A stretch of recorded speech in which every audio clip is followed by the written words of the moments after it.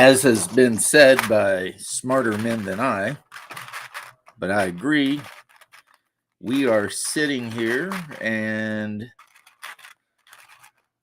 you'll notice I titled the stream, the front porch, because that's kind of what this is.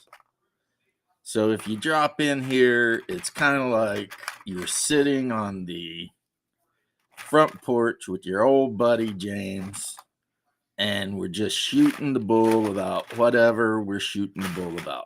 Now, personally, I do prefer talking about gaming over, real life stuff because let's be honest, real life kind of sucks sometimes. I mean, not personally, but just hearing about other people's BS, right? It's like, it just gets so tiring, doesn't it?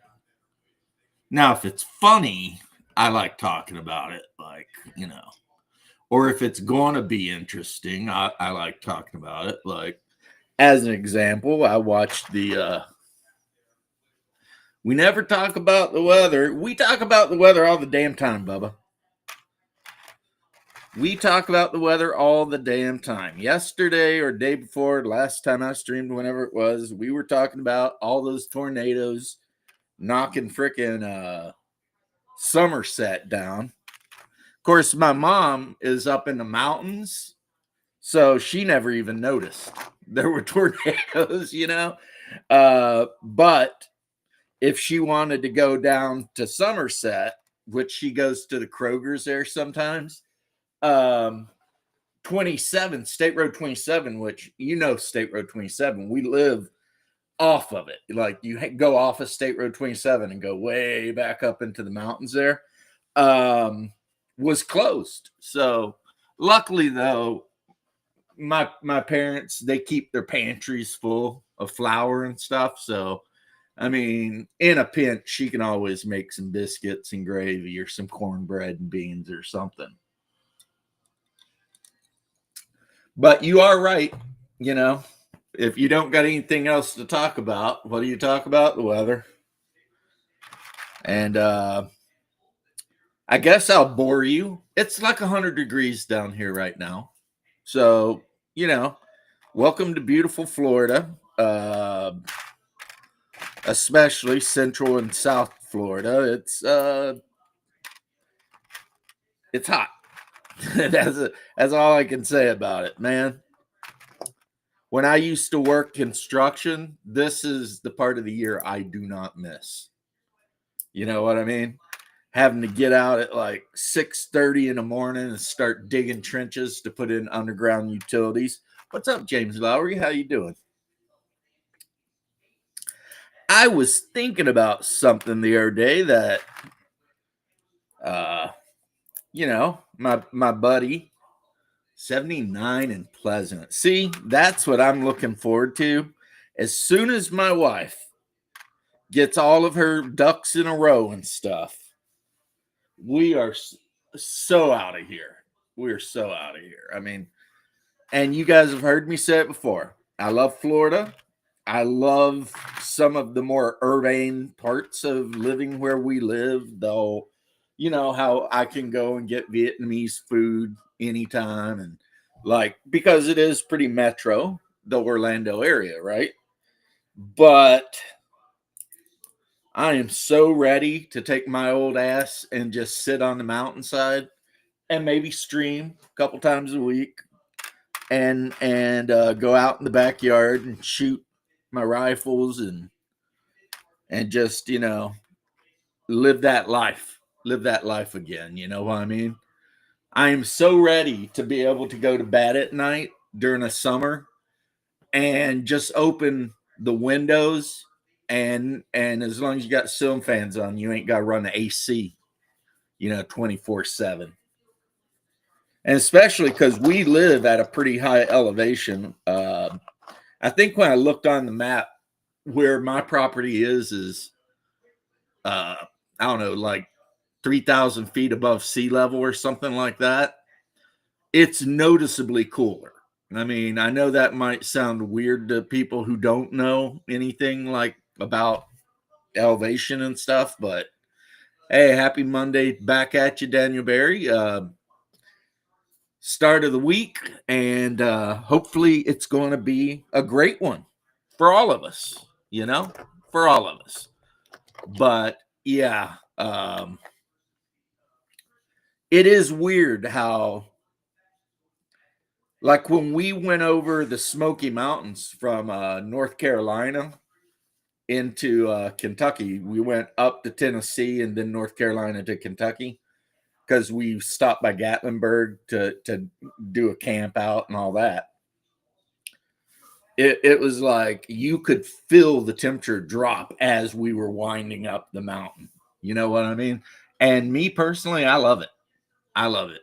And I love snow. Like, I dress for the weather, but I will just lay down in snow and just lay there. I'm a weird guy. I like to be cold. The feeling of being cold to me is pleasurable. I like it. So I've never been the guy that complained when you had to get up at 4 a.m. and go stalking around the woods or go out in the barn and lay an ambush for groundhog or something like that. Don't bother me a bit.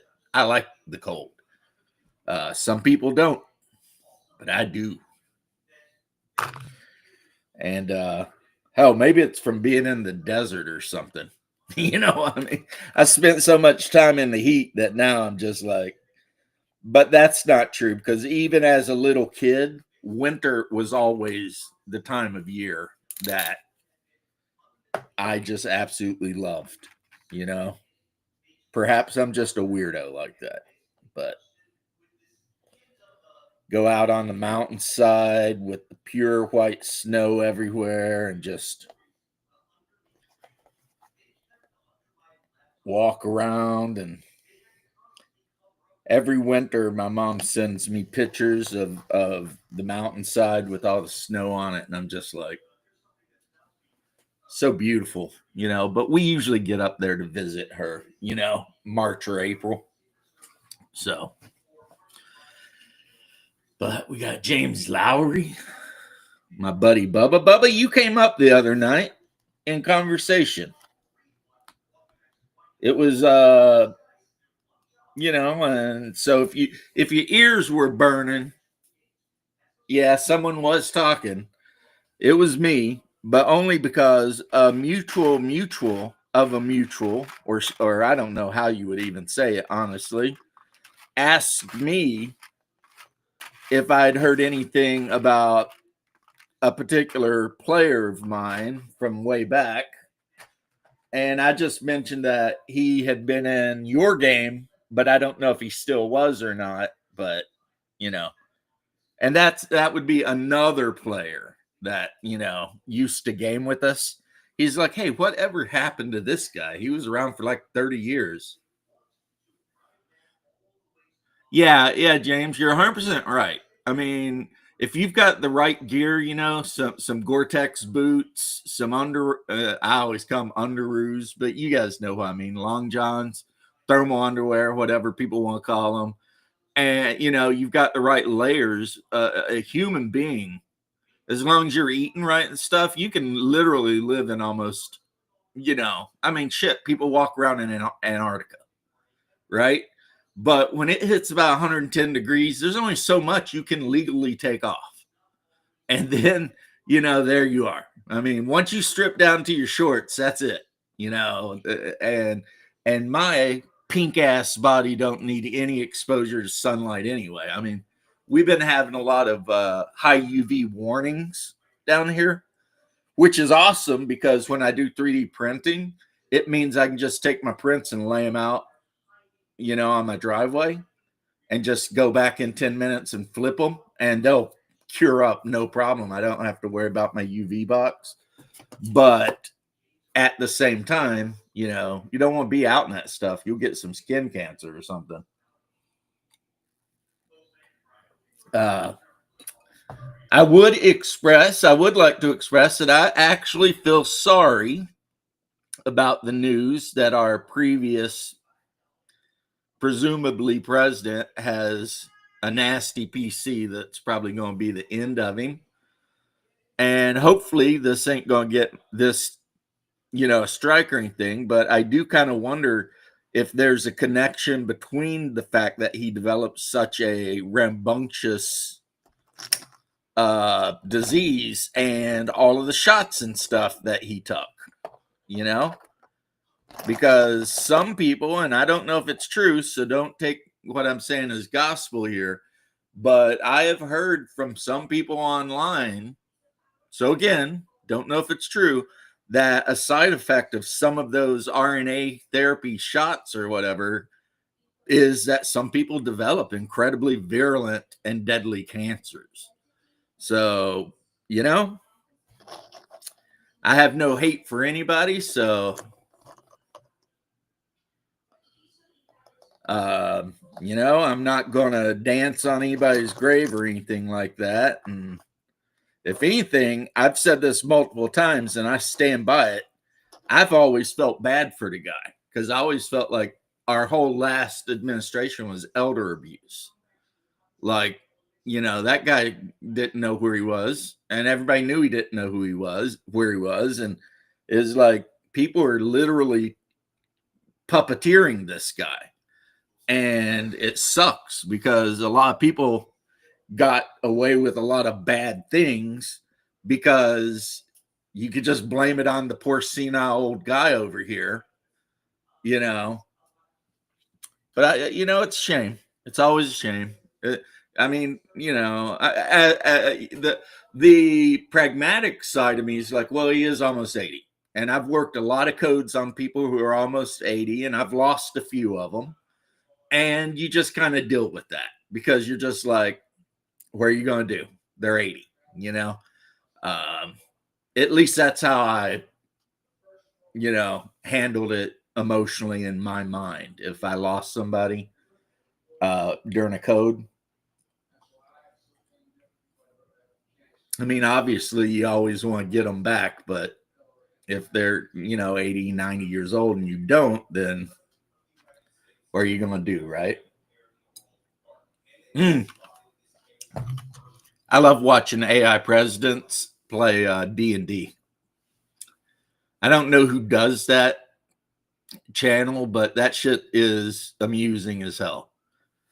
Like, sometimes you've got like Joe Rogan as the dungeon master, or Ben Shapiro, or whoever, and then you've got like President Obama, President Biden, President Trump, sometimes President Clinton, and they're playing their D&D characters. Uh, Another show I've been watching a lot lately, which for anybody that is interested in military stuff, is I think the name of the channel is Habitual Line Crosser. And it's like a bunch of weapons and countries with like eyes and mouths, like insulting each other. Like the old man of the bunch is like a B-52 named Bud. And like the F-22 or whatever calls him Grandpapa and shit like this, and then you've got China, England, all the different countries that are doing shit are talking shit to other countries.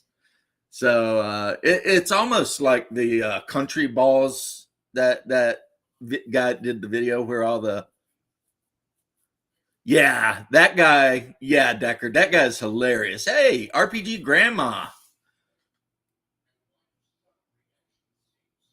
Yeah, they do they man, some of the stuff they can do now. Like the one if you're talking about the president one, yeah, they just it's amazing, and I would say a little scary at the same time, guys, because it's like you can't tell. You can't tell. You literally just can't tell. But Bear and I were talking the other day when he was on, and by the way, the link's in there. Um, about how AI sometimes has hallucinations and freaks out. And this video, this woman was talking about it, and I guess she was a scientist that was involved in it and all that, and was talking about some concepts that I was to this day still having a little bit of a hard time grasping.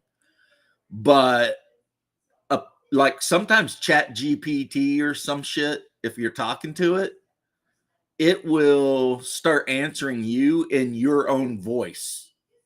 And then it'll start talking shit. And then there's one where they recorded the AI kept saying how it was in hell and all this kind of crazy shit, you know, and then the AI started like at another time the AI glitched out and started talking like demons and shit. And it's just like, and the lady explains how it's all these glitches that cause these things to happen. But at the same time, it's some creepy shit, you know, if you're like talking to, you know, one of these chat programs and all of a sudden it starts being like, rah, you know. Fat Electrician is hilarious. Ultra American, what's up, homie? How you doing? Yeah, there's some good channels out there. That I mean, people. Yeah, it's creepy with that AI. Like in Warhammer 40K's lore, the reason there's many reasons why they don't use actual AI computers and stuff, kind of like Dune. But whereas in Dune, they got rid of all that shit so that no one could ever take advantage of it and, you know, oppress everybody. In Warhammer, it's because chaos demons from the warp can actually inhabit artificial intelligences. So if you did have an AI on your starship that was helped you with navigation and shit like that, yeah, chaos demons could straight up possess the ship, which is why they created the mutants that, you know, so they don't use computers in 40K, which obviously Games Workshop just stole the whole concept from Dune. I agree with you, Bubba. That's something that, you know, again, me and you know, Bear's a lot more of a skeptic about certain supernatural things than I am. But yeah, we were both talking about that, and it's like it's the whole idea that if you're talking to an AI, you don't know who you're talking to. And the AI doesn't know either. I mean, the lady, she explained it as the AI responds to you by drawing all these almost infinite lines between whatever you're talking about to create the answer. But the computer itself has no idea what it's saying because it has no concept. It just is feeding on what you're saying, right? Shin Megami Tensei. I don't think I've ever seen that, but Deckard, I know for a fact I've heard you talk about it. I will say this though, Deckard. I have watched a few more anime in my life besides just Berserk, and it turns out I'm a huge fan of Freyrin, like After the Last Quest or whatever it's called. You know, the one with the little elven wizard that's like 1,000 years old, and she's journeying around, and all of her old adventuring friends have mostly died except for the dwarf, but even he's really old. I've seen that too, Bubba. Actually, there's a TV show I used to watch, and it annoyed me a lot of the time because I absolutely despised the woman in it, but it was called Evil. And there was a whole episode where they were talking about how certain circuit boards, like you're saying, look like Enochian sigils from like the Goetica or, you know, the Lesser or Greater Key of Solomon and all that kind of shit. And it was just like, okay, that's weird. It's a video game. Okay. Okay. Yeah. But regardless of that being a video game, I've watched Freyrin and I really like it. And I'm not much into anime at all. I'm like, oh, what just happened? Oh. Well, what happened to me then? Damn it. I did nothing. I'm innocent. Okay. Where is the computer says my camera is on. That was weird. Oh, well, now I can see your outline, but not your camera. Well, that's the Yakubian, the Great Yakub. I have no clue what that is from. The Great dude, the Great Yakub. He comes from the NOI, and he is the guy who created all the white people on Earth. That's interesting. Because the original black people hated him. Mm. And so he moved to the Isle of Patmos, which is off the coast of Greece, and he created a eugenics program to create white people to punish the other black people for what they did to him. It says it's unable to access the camera, make sure it's properly. Maybe you have something open that's trying to pick it up, because I know every time I have to do mine, I have to make sure my Discord link completely closed before it even lets me use my camera for anything else. And, Oh, how you doing, Vic? another day, another dollar. That's what I'm gonna say. What's James doing? I think as usual, except his camera decided not to work currently. Yeah. Well, my camera decided not to work. It just like did a thing. it finally broke on that ugly face of yours, huh? Yeah, maybe. Hey, Satya, how you doing? You know I'm joking. Demons are trying to censor me. Yeah, that's what it is. It's. We were talking about AI and how creepy AI can be, and now thinking about ugly Canadians. We speak of the devil, and he appeared before us. How you doing, Bear? You know I'm joking, Bear. Your mirror's broken in your house there? Because if my dog looked like you, Bubba, I'd shave its ass and teach it to walk backwards. Now, is he saying that to me or to Vic? Yeah, you know what? Exactly, that's what I figured. Take your pick. Sometimes the old ones are interchangeable, right? Sometimes you got to pay with a wide brush. I mean, anyway, what are we talking about? All I heard is well, I was just going to start off on some of these people who think that they can. I've had some people try to legislate my guests at my convention. I'm just like, nope, you're gone. You want to tell me who I can have and who I can't have at my convention? Sorry. What's this summon bullshit about? Were you guys talking about me or something? No, we were talking about how the that thing you and I talked about the other day about how AI can glitch out and start talking about how it's in hell or speaking in demonic voices and shit. And then my camera just immediately flashed out, but I can get that on. And so they were joking that demons in the machine have decided my camera don't work anymore. No, did you all hear about the AI Darth Vader that they tried to introduce to Fortnite that completely backfired? No. Did you guys hear about that? I have what's the word I'm looking for? Better things to do than worry about fucking Fortnite. Did you guys hear on the news there was a couple that got divorced because of AI? That's not surprising. Yeah, I mean, there's couples that get divorced because somebody gets bored.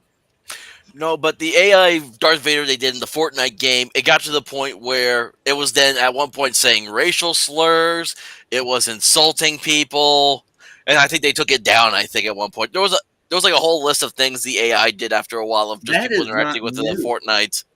That's what I'm saying. I just thought it was funny, since we were talking about AI. Prep the grill. All right. Somebody's grilling out. Yeah, the first time they left an AI online, it was the female AI, and like within a day, this thing was practically a member of the frickin' Stormstoffel. I mean, it was freaking out. It was talking shit. It was like the biggest racist ever. So Yeah, I so know. Google had to take that one down too, because it's just like, wait a minute. I mean, it just maybe those things shouldn't be left to their own devices, because Or maybe they shouldn't learn from the internet. yeah, that's another one.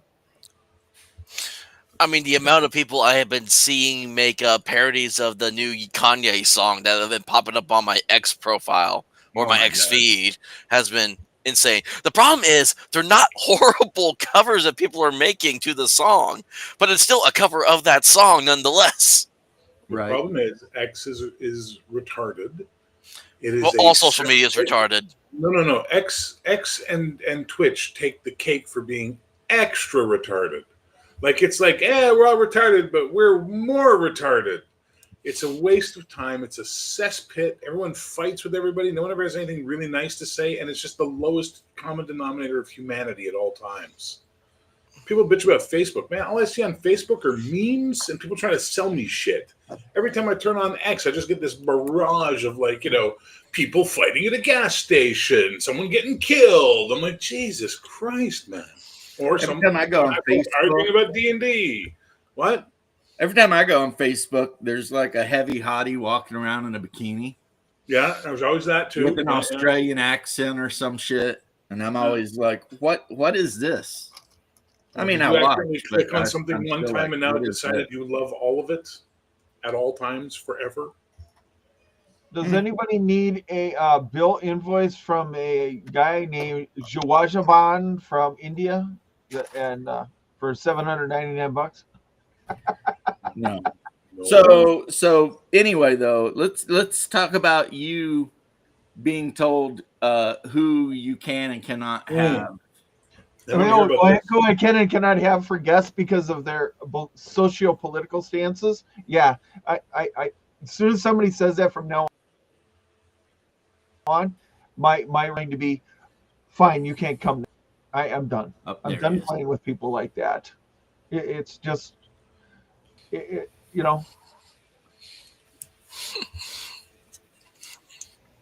just pisses me the hell off. Up to you, Satya. Okay. I mean, are they telling you I can't go? No, it wasn't you. It was somebody a little more famous and Canadian. Gillespie, it would have to be. He's the only famous Canadian I know. I mean, we have one on the show right now, technically. Yeah. Well, I mean, Bear's famous, but Gillespie's famous because he wrote like Bear. I mean, I don't know if Bear's as famous as Gillespie in the OSR scene. No. He got mad at me. Did he? I just asked. I said, "How the hell did you get to call your game Dragon Slayer without Disney crawling up your ass?" And he got mad at me. And I was like, "All right, well, fuck this guy. I ain't buying his game then." Am I coming through? You are coming through, Satya. No, we can't hear you. Right. Good evening, gentlemen. Good evening. I hope you're doing well. You better be using that term loosely with James. Likewise. I wanted us to come in this stream for one reason and one reason only.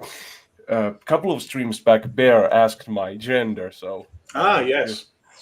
But it's because every time James would say your name, that's a cool guy. Well, a girl or whatever. I don't know. He kept this whole thing. Like, could you just fucking tell him so we can stop doing that routine every time, please? So now we know. There you go, James. Now you know. I never cared. I know that Satya is a lady with a very deep voice. Now you're good to I'll go. be that too as well. The reality is, Satya, it never occurred to me to care. Yeah. He could have been whatever, and I was just like, whatever. But now we know that you're a Finnish dude. Okay. Mm-hmm. All right. Cool. Well, there you go. Very cool. Finland, Could be worse. You could be a Finland. Quebecois, because I'll tell you what, I let one Quebecois into the chat, and the chat went to shit. It immediately just become all about dicks. That was hilarious, actually. It was just like, what is going on with you French people? There was like 50% of that was all on your brother too, though. Hungar was happily, gleefully pushing that conversation. And incorrigible. That guy is just going to do what he does. Yes, sir. and there's nothing you can do about it really but deal, because that's just, I mean, I've known him his whole life, and he's always been that way since he was like a little kid. He just does whatever the hell he wants. Some people are just like that. You know what I mean? But it's probably nice and cool over there in Finland right now, so I'm kind of. Yeah, actually, it's the spring is going to be over soon, and it's going to be summer.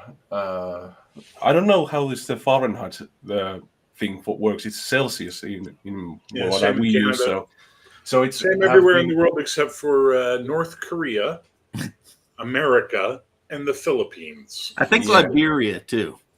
So Oh, yeah. it has been quite warm actually. It has been like the 16 to 17 Celsius. Well, maybe Bear can like translate whatever in the hell that means. No, let me just hang on. Let me double check because it's 10. Translate it to now. freedom units. No, I'm going to translate it to idiot units. That's what I'm going to do because base 10 math too hard. It's 10 degrees right now in Montreal, which is 15 degrees for you guys.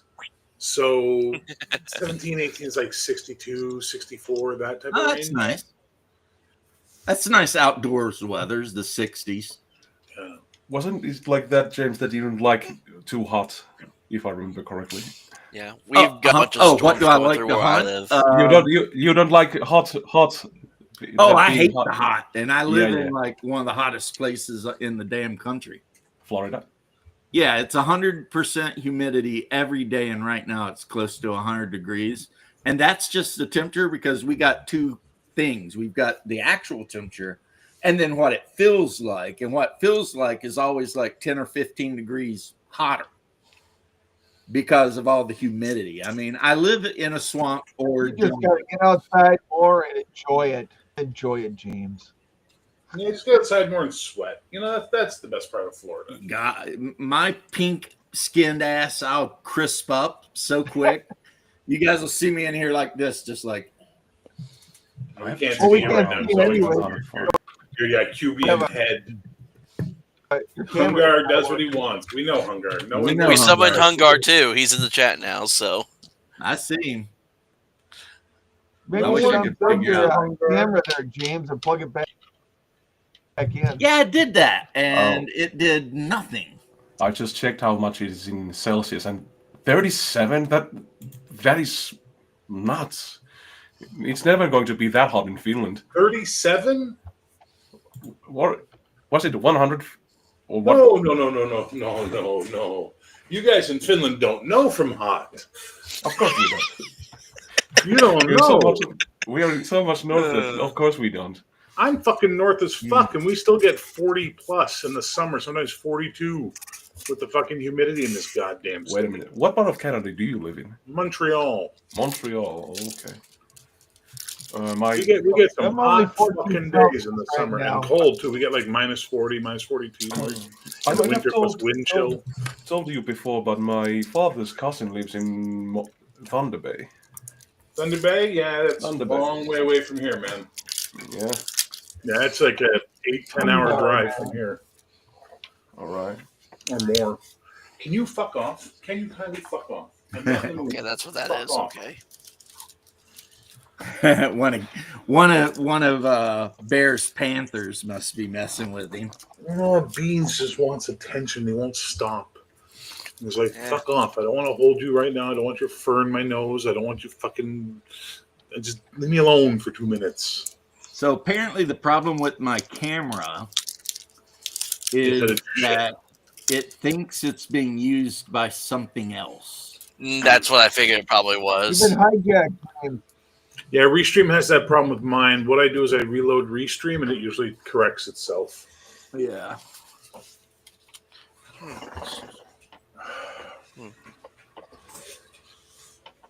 Asshole, come here. All right, it's my show now. Ha There we go. Cat show. Oh.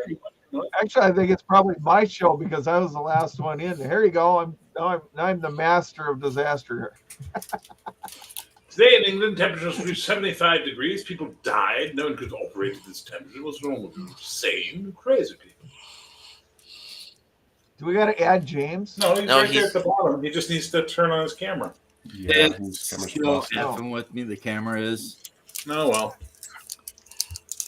Let's Dang it. try this. All right, here's a little solidarity for you then. There we go.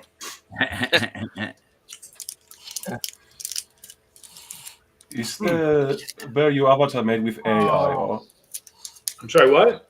is your avatar made with AI? Oh, fuck yeah. All right.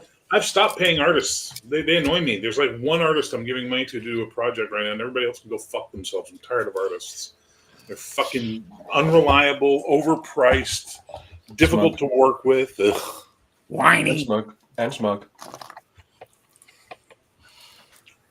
I see all these fucking groups on Facebook, right? Like AI D&D or AI this art, and they've got like 50,000, 100,000 members. But if you dare say in the community, I'm thinking about using some AI art for one of my products, oh, they come out of the fucking woodwork. I will boycott you. I will fucking tell people to ban your products. It's like, fuck off, all of you, and let me make product as opposed to worry about your bullshit. Double D painting some halflings or something. Oh, there we go. Now we see you. How you that's doing? not- that's can't see him. No, Is that that's bold, Double D actually? who showed up. That's Double D. No, that's Double D painting some pirates. Yeah, Yep. pirates. Blood and Plunder. Yeah, I got a couple copies of the 2-player box set when it was on sale for like $90. Oh, really? That's what these are from. Yeah, I just had never painted it up. Oh, they're awesome miniatures, and I love. Oh, yeah. I love the ships and stuff, but I like building ships anyway. Yeah, I for helping them out during their Kickstarter, they're going to send me a galleon. Oh, Oh, my cool. goodness! I got a Kickstarter in today. It was something I backed 2 years ago, and it just finally arrived today. It's a whole box set that I remember saving up for. It's a English translation of a French TTRPG called The Cream, and it's basically kind of like it's this post-apocalyptic Victorian era style TTRPG that uses like a D6 dice pool system. Oh, nice. Yeah, and it's got like airships and stuff. Like here, I'll show off like the game master screen I was looking at right here. Cool. That's pretty Yeah. Ooh, nice. I just came in Yeah, to look- say it looks- I'm going to boycott Bear's entire family for using AI art. You know, Leth, I think I'm going to join you on that boycott. I hate my family too. It's like I don't want to boycott Canada because I want them to become the 51st state. We are never going to be the 51st state. Get that out of your brains. I know, You but might- I can drink. You might get Alberta. You might get Saskatchewan. You'll never get Quebec because they fucking hate you. And I live here. Trust me. Right. You guys managed. The hate of Quebec for America was so strong. You managed to do the one thing no Canadian government has ever been able to do: make Quebecers fly Canadian flags and be proud to be Canadians for a moment. That is Yeah. epic. Because usually they're talking about leaving Canada. Okay, so now on the news, my buddy is married to a French woman, so that he watches French news as opposed to the English news. He said all they're talking about on the French news is how the fuck is Alberta going to leave before us? That's bullshit. They're all upset about it now. So Yeah, we the can look forward to Quebecois another been round of talking Quebec about- separatism bullshit starting up. Yeah, them Quebecois have been talking about leaving Canada for a long time. I remember there was one move for them to leave Canada and actually join France. No, France would never take them. It almost passed in the 90s. It was a really close vote, wasn't it? Yeah, I was here. I was living through it. Trust me, I can tell you how close it was. It was literally by a fraction of a percent. It was like 51 versus 49. Yep. It was that fucking Nice. close. Yeah, so this is the I've lived through two. I've lived through two now. I lived through 1980 and I lived through 95. I've lived through both of them. I was born the year they started all this bullshit, 1970. So it's fun. My entire fucking life has been living in Quebec, listening to fucking bitch and whine and moan. I went to Quebec City with my family a couple years back. It's a beautiful city. What time of year Montreal did you go? too. What time of year did you go? It was summertime. Okay. So there's a really interesting thing that happens in Quebec City. When the tourist season is on, so the summer, or in February when they have the Carnival, the Winter Carnival, everybody in Quebec City can speak English because Americans are visiting and have money. If you go Yeah. outside of those periods, no one knows how to speak English all of a sudden. It's amazing how they just forget. It's true because we knew Montreal was pretty much bilingual, but then we went up to Quebec City. We're like, all right, we may encounter a lot of just pure French, and we didn't have one problem at all. No, It is the it's your money. They get tourists. Yeah, they were very nice. It was very pleasant. Yeah. But I'm not allowed to Gotcha. get served in English at a hospital anymore unless it's a life and death emergency. great fishing up in there in Quebec. Get out of here. We're not doing Fucking that. So- Billy, shut up. This is the player's guide for the game. I You got. know, up all there Americans cheap. off on his own little thing And- going, I'm not a game. We're going to talk about that. That's actually, I like the gold LeMay, the gold foil. It's good art. Oil, yeah. I'm just showing off what I got to everyone while everyone's talking because what's I'm like, it called? What's the name of this game? it's a cream and it's ECRYME and the first E it's got that little apostrophe at the top of it because it's it's an Which English. direction does the apostrophe go? To the front of the word or the back of the word? It goes towards the word. So it's going to So- what's the last letter? Yeah, like So I don't know A. if you could see That's pronounced A. a So- cream. Yeah, No, a creme. Creme. That's even a word. A creme. That's weird. It's I've like- never seen that one before. I'm gonna look it up. as far as I know, we've always pronounced it a cream in the game just because that's the closest thing that my English language Well, can no, learn I to it. get it. So, I understand. I'm not judging you. Trust But- me. it is. It's supposed for what if I recall correctly, it is based off a French TTRPG. So this is the English translation of that game. Yeah, what's the French one though? That's what I'm curious about. Well, the French every now and then do put out some pretty interesting stuff. I mean, said it- Dragonbane was a Swedish game that got an English translation thanks to Free League. Well, I said Free League's a before, Swedish and I'll say company. it again. I want to learn French just so I can. Yeah, Yeah, you broke so- up. But you can what? I said I want to learn French just so I can refuse to speak it. I can teach you that. It's an easy expression. That's not I hard. actually think French is a lovely language. That's a beautiful language when you're not forced to speak it by law. Well, the Spanish had that role-playing game they put out a while back, Westfold or Westmarch or whatever. It is pretty good. And then the French, a long, long time ago, they put out a game called Enominy, where you played like an angelic or demonic being fighting the war. Basically, it was like that Christopher Walken movie, but turned into a game. Yeah, and then I remember that one. And then if you're into comic books, just ignore everything America is doing and look into the French scene. They are making some like my wife for Christmas bought me the full run of the French comic The Cimmerian, which is in English because they make it in French and English and whatever, right? Yeah. And it is the best Conan comic that I've read in since I was a little kid and was reading like Savage Sword, you know what I mean? So, and the game Monolith is a French company that's putting out all the cool ass Conan miniatures and the board game and all that. So, you know, I mean, some people think they're kind of woke, but then you see their miniatures with big boobied, half dressed women and Conan running around Nice. splitting skulls and shit. And you're like, well, I don't know how woke they are because, you know, I think mean, because they put something about like safe play or something in there, I think like the that intro at or this something. point, Double D, I think that's just something that is like an automatic add-on to everything. Yeah. Unfortunately, it's getting that way. Yeah. So you almost have to kind of look past it now. Yeah, it's like even if you don't believe it, it's just like, yeah, just throw that page in so people will shut the F up and leave this You know, alone. they kind of had something similar to it, but it was nowhere near as bad as it is now. Like in, if you ever heard of the Apocalypse Stone, they had to throw that in there for certain things. Yeah, but I've read the pre-Kickstarter rule set, and it's okay. And I don't know if it's better than 2-20. Not that I mean, none of the women I game with are interested in Conan at all because it's Conan. And but the monolith rule set works completely fine. And if you have like me and Omanal, we're comparing who bought the board games the most. And so I literally have like an army of picks.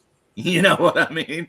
So it's like whatever, man. I mean, one thing I do like is in the Conan role-playing game, first off, it comes with amazing maps of everything, right?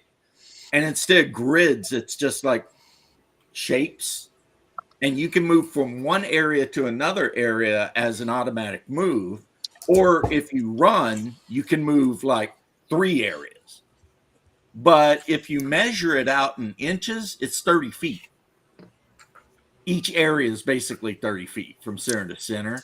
So, I mean, if you like using D&D style movement, you can, or you can use area movement. And it just means if you are in the same area as someone else, you can engage them in combat. That's it. Mhm. I think Professor Dungeon Master does that now, which I don't care for, but that's his thing now. Was that the Modifius system or to do these Yeah, really? yeah, Oh, okay. yeah. I've been seeing this. Go ahead. Oh, I was saying it's Modifius, but Modifius lost the rights to the game, and now a French company named Monolith has the rights to the role-playing game. And it all had And they're something the to do with ones- Modifius pissed the R.E. Howard Foundation off with their Far East book, trying to add martial arts and shit to the Conan universe. That's the rumor I heard anyway. Yeah, Walken played Gabriel in The Prophecy. Great movie, I thought. I think I'm gonna have to head up here though. It's about time for dinner. I'll see ya. Kane Later, lives. bro. See ya. Bye, lad. See ya. See you later. My fellow, Study your math, kids. Key to the universe. yep. Yeah. I've Left just been. my fellow brother from the great Commonwealth of Kentucky. Yeah, I've just been chilling out. I have a OSE game I'm playing in at like 6 my time, which I've still got a few hours. And then I've just been studying this. It's this module by Randy from Big Geek Emporium. I'm running it for the Dungeon Delvers Great Underground Online Gaming Convention he's hosting on Discord this week. So I'm going to Dungeon run Delver, it. you know he Yep. lives like 45 minutes from me. Oh, that's cool. Yeah. Well, it's from starting on the 21st, going all the way to the 25th, whenever the next Sunday is. That date is. It's just, but everyone's running a bunch of different games. There's a few people that are doing like online panels and stuff. I'm going to run 2 different one shots of this on Saturday and Sunday morning. Yeah, Dungeon Delver and Ginger Harmony. They're both Harmony like Ginger, yeah. Harmony Ginger. They're like West Side Orlando, and I'm East Side. Ah. So it's like if I got on Colonial, which is State Road 50, and headed, to the west, they hang out near a comic shop called Gods and Monsters, whereas I am a Coliseum of Comics guy for life. You know what I'm saying? So, but I mean, I've never met them, but I think they're both great people. Like me and Harmony Ginger have interacted a few times on X. You know what I mean? And she seems like a perfectly decent human being. I mean, She's nice. She's nice. yeah, I mean, Yeah, I've talked to her on and off a few times. Like, we're friends on Discord, and she'll message me every now and then about stuff, all that. And it's like, I've been meaning to, like, last time we talked, she's like I'd be, because I was talking about, like, trying to maybe get on each other's shows or doing something, maybe. I just hadn't put that down, like, in, like, pen and paper yet to figure out when I'm going to make that happen. right. Well, I know she got jumped by a bunch of the usual suspects for the Jethro thing, like a couple months back, and Yeah, because I think apparently, if you speak to Jethro, you're automatically the worst human being ever. I mean, he let me follow him, and he tried to quote tweet me a couple times, but I just thought it was funny every time he tried to quote tweet me because I'm just like, it's a funny comment. That's all I think about it. So, Daryl says the guys from Modifius helped work on the monolith. That explains a lot, actually. Because they are kind of similar, not exactly the same, but if you played one, you can jump in the other one. But yeah. And the Dungeon Delver guy, yeah, I've watched his live plays a few times. Yeah. Even though I'm not generally a huge fan of watching live plays, even though I will watch Mouse and Rogan Oh, thank you. doing their thing occasionally. Yeah. Well, I mean, the thing with watching your show is I'm an old man, so I'll start watching your show, and there's a 50-50 chance I'll fall asleep at some point. It's a long show. I don't blame you. No, it's not because you're boring. It's just I hit this point in the day when it's like, okay, I've done enough. It's time. Yeah, we get to hour 3. Our numbers fall off pretty good, but that's okay. We only do it once a week, so I figure go hard, and that's fine. Oh no, I love your show. You know that. Thank you for supporting it too, brother. I like watching Crazy Mouse and Rogan running around. You guys are playing Castles and Crusades right now, right? Well, that's what we play in our regular my birthright game is CNC. What we do on after this kind of normal part of the stream ends, that's Dragon Slayer. So Nice. it's essentially Beck Me with some first edition thrown in. Oh, I own it. Yeah, It's a good solid game. I mean, What's it's it called by I have the white box. Trying to say something. Sorry. Gillespie. Satya, go ahead. I just was it by Greg Gillespie, the Dragon Slayer game? Yes. Yeah, actually, I ordered some books from Drive Through RPG Print on Demand, and in my hands is the Barrow Maze 10th anniversary special edition in my hand. Yeah, that's Great adventure. I'm running that for my I got them players. all signed. If you need some, if somebody needs a signed berries or something like that, let me know. I have all of Greg's books from Dave Kahn sitting here that I'm supposed to eventually mail out when he gets orders for them, but they're all signed. I got a bunch of them. So Nice. Have you guys played any other these adventures like the Forbidden Caverns of Archaea or Dwarrow Deep? Dwarrow Deep, yes. Is it good? Yes. Yeah, everything he does is good. I have to look into it. I'm really enjoying running Barrow Maze at the moment. Yeah, Barrow Maze is great. And I just set it in the swamps near Keelland on my Greyhawk map. So Yeah, that's another great thing is you can put it literally in any setting you want. Yeah, There just has to be a town near a swamp. Yeah, I put it near the what was it called? In the new edition they called On, but it was the what was the place? Well, between the there was the bandit kingdoms was the near, and there's the swampy area. I have to Google it because my memory. I think is you failing might me. be talking about near Blackmore. Yeah, Blackmore. Yeah, near Blackmore. Yeah. Yeah, I know we're talking Greyhawk, and he said he put his Barrow Maze near Blackmore, and I put mine down in the Sheldamar Valley because that's just where I like. Yeah, you Mine was in the Five Peaks region of Birthright. Nice. Yep. I have all the Birthright combat cards. The only thing I wish is that they made generic ones. Yeah, I see what you mean. Yeah, they're cool cards, aren't they? I would use that combat system every day. You know, The only thing I don't like is instead of rolling dice, drawing cards for the results. That always drove me crazy. yeah, but I just like the fact that you've got a card you can put on your little map thing and be like, okay, that's a regiment of men. Yep, Or 200 men or whatever. Yep, or whatever. Perfect. It's just Birthright was an interesting system.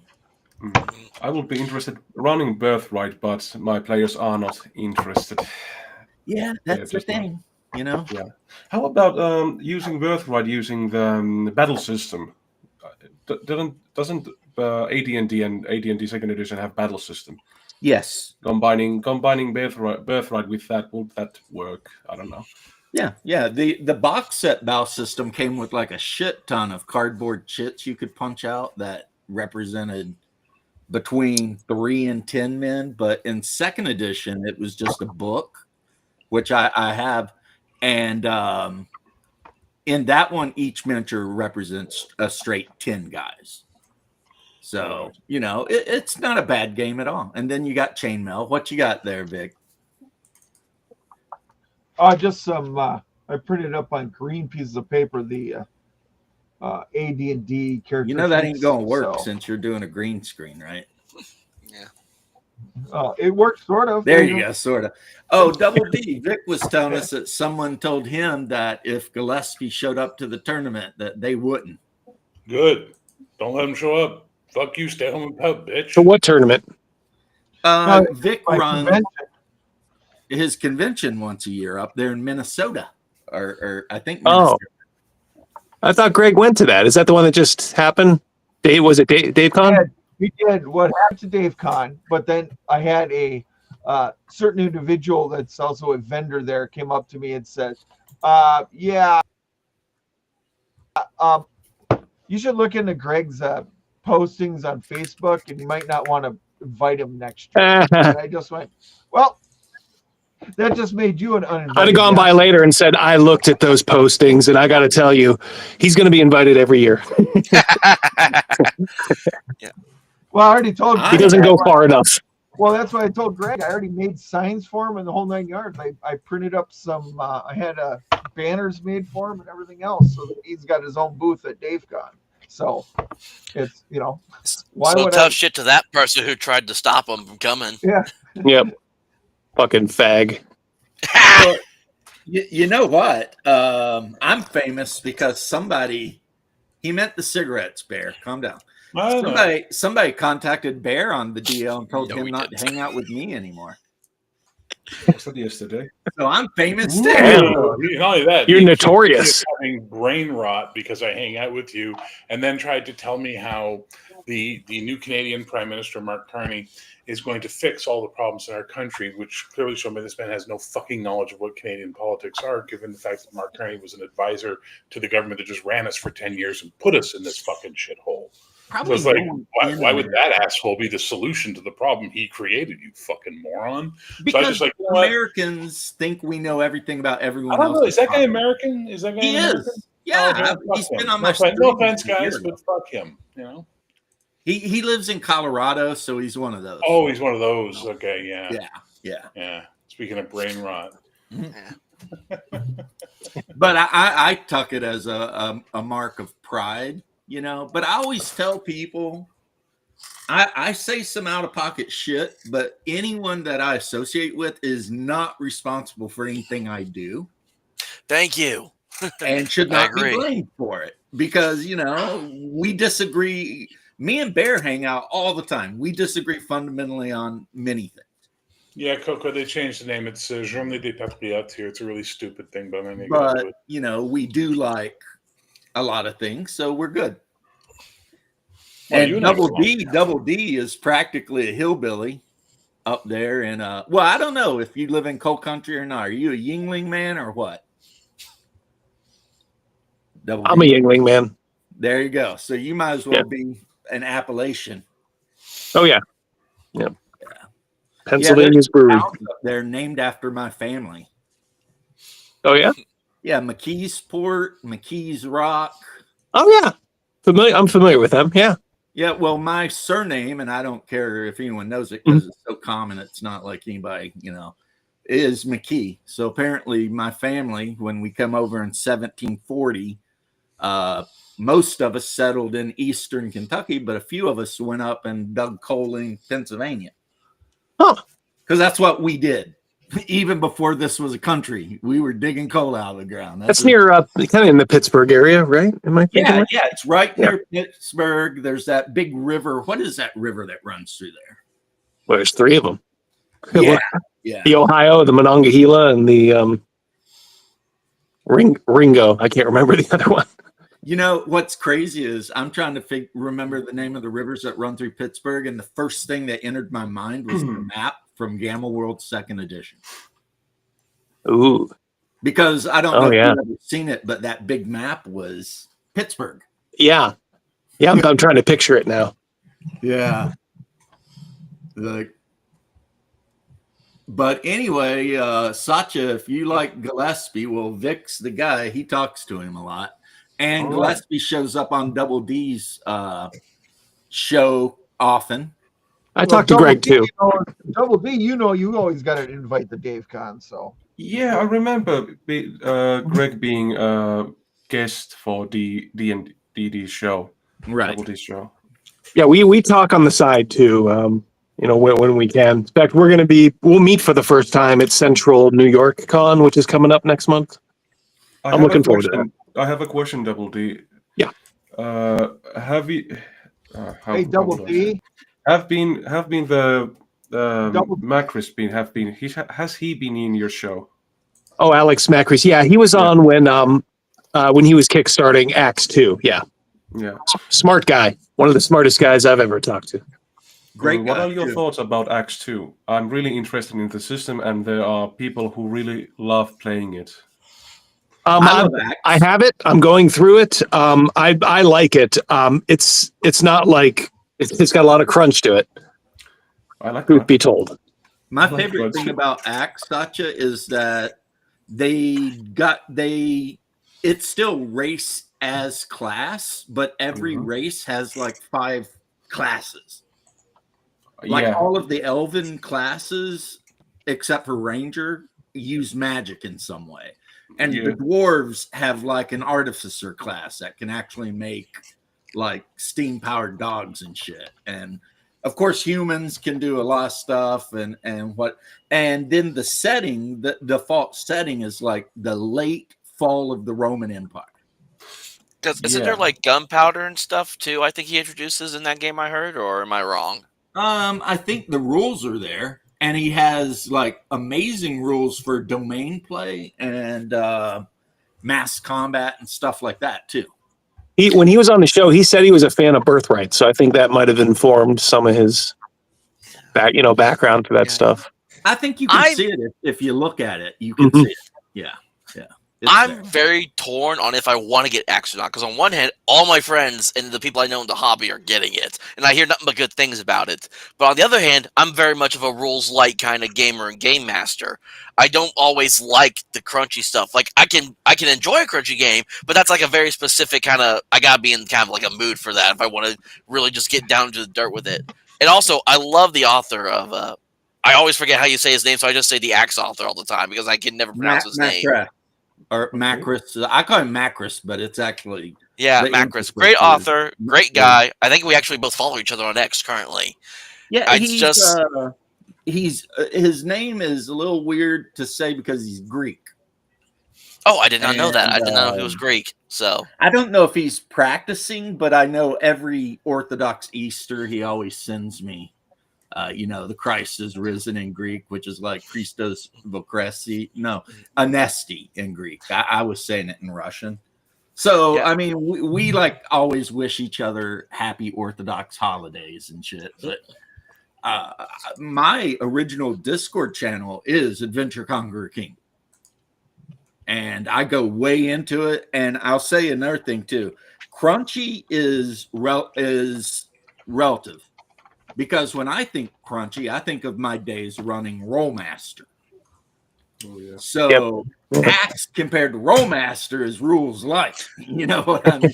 well, I But also compared I to recently DX, bought it might be a little crunchy, but not really. I Yeah. mean, not really. And it handles the idea of feats and skills and shit amazing. I think you can make it even more complicated if you want. You can strip it down, I think, a little bit. Yeah. yeah. Well, for me, I also bought not too long ago. I bought the core rulebook for Against the Dark Master, which is based on Rollmaster. But for me, when I was the first time I started reading Against the Dark Master, it's crunchy, but I was able to understand it. Like it explained it well enough for me to where I wasn't feeling like I was confused constantly, like some of the other crunchy games that made me feel in the past. Uh-oh, here we go. So you got your Against the Dark Master, which is the goddamn thickest fucking book you'll ever Oh, find. yep. Oh, You got Then, Player's Handbook, which is good for just the players. And then, did you pick up this yet? I did get the Golden Throne. Now, there is a funny story behind this because I ordered the bundle that was the Golden Throne campaign setting and the core rulebook. They sent me 2 of the Golden Throne books instead of the core rulebook and the Golden Throne book. So I have an extra Golden Throne book that I'm trying to sell off. I think that one's made in Italy or Spain or Portugal or something. Italy.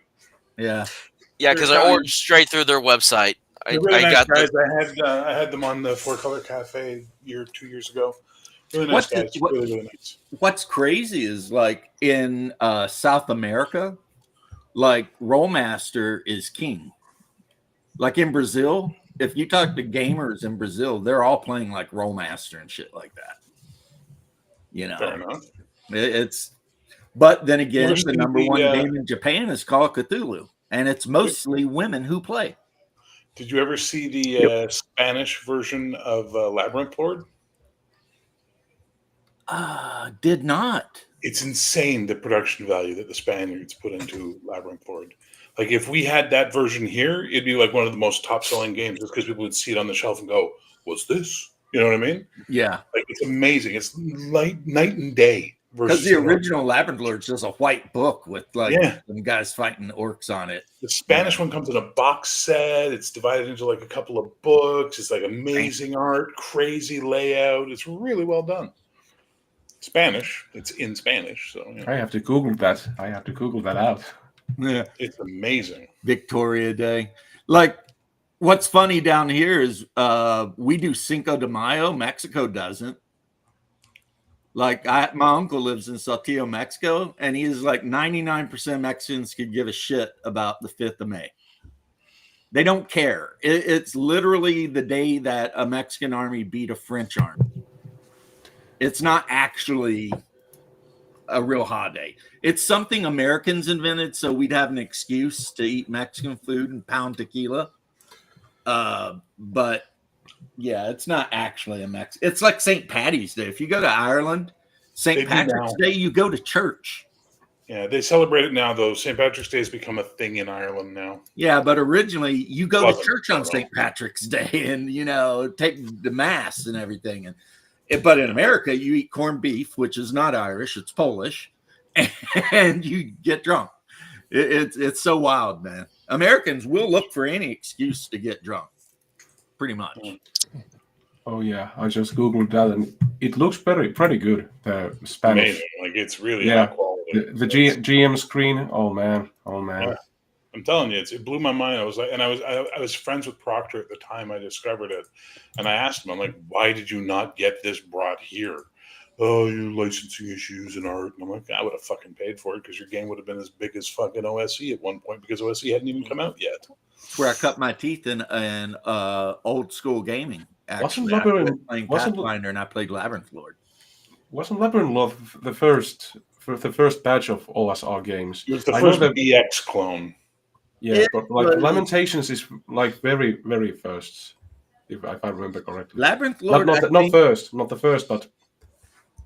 first. I think it was Labyrinth Lord, and I know that Proctor also worked on Osric. Yep, he wasn't the only guy on the Osric thing, but he was one of the guys. I thought Greg said the guy who did Labyrinth Lord like has turned into kind of like a real like kind of SJW retard, hasn't he? He's an asshole. I'm sorry. I've been friends with that guy. I've been friends with that guy for years. I was running a live stream game that was OSC and Labyrinth Lord mixed together. Mm-hmm. So in the Labyrinth Lord group, every time I'd put up the show, I'd put up the link to come watch if they wanted, and the graphic really had OSC and Labyrinth Lord and BX on it to show what we were using. And out of the blue one day, I get a message from him on Facebook going, you know, I really don't appreciate you just using my group to self-promote. And I'm like, I'm promoting your fucking game. God. Wow. Stupid? Like, what? And I didn't say it like that. I was just like, what? And he's like, no. I'm like, you know what? Go fuck yourself, Daniel. I'm not going to waste my time with you anymore. I've heard a lot of bad things about that guy. Yeah.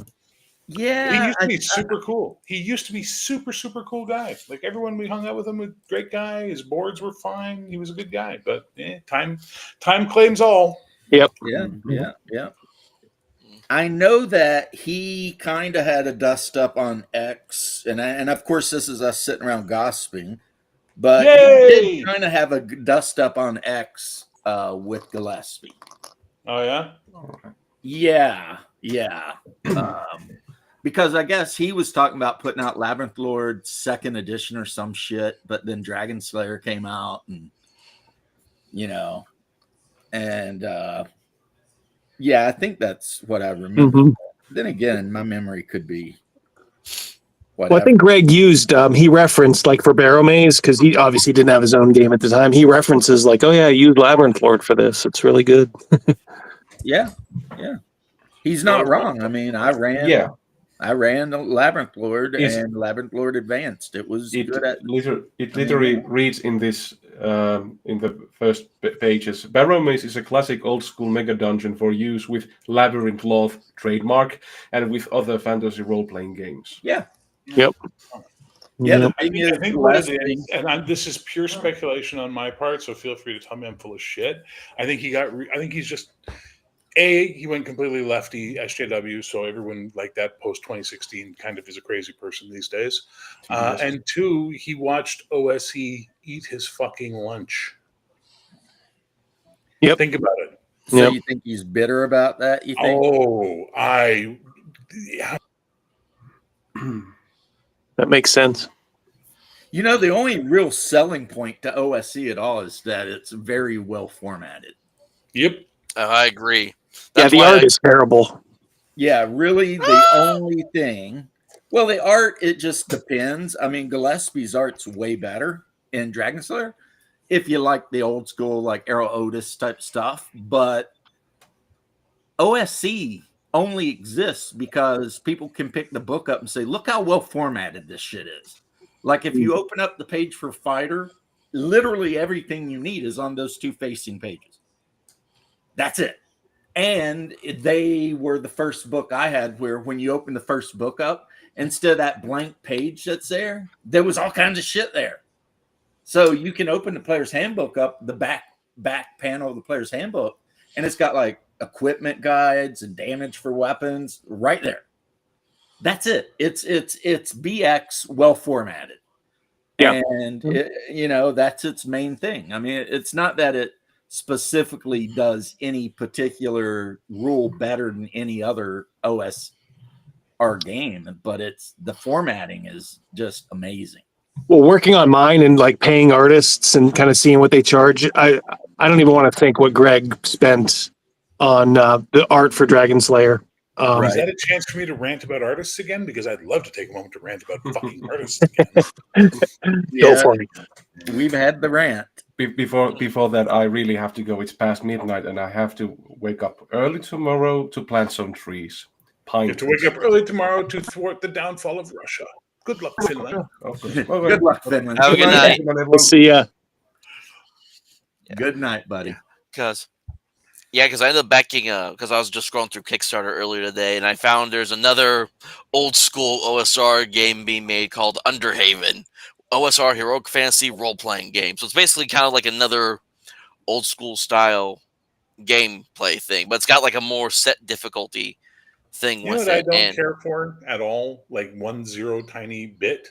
another This retro concept clone. of we're done with BX clones. Do we need more of these fucking things?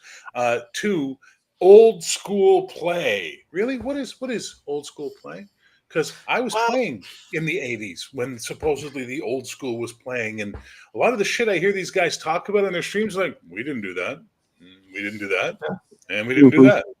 So there's no such thing as old school play other than this imagined thing a bunch of people created on the internet that has now become a cult-like mentality. Hence why I make videos that say, play the fucking game and stop worrying about this shit.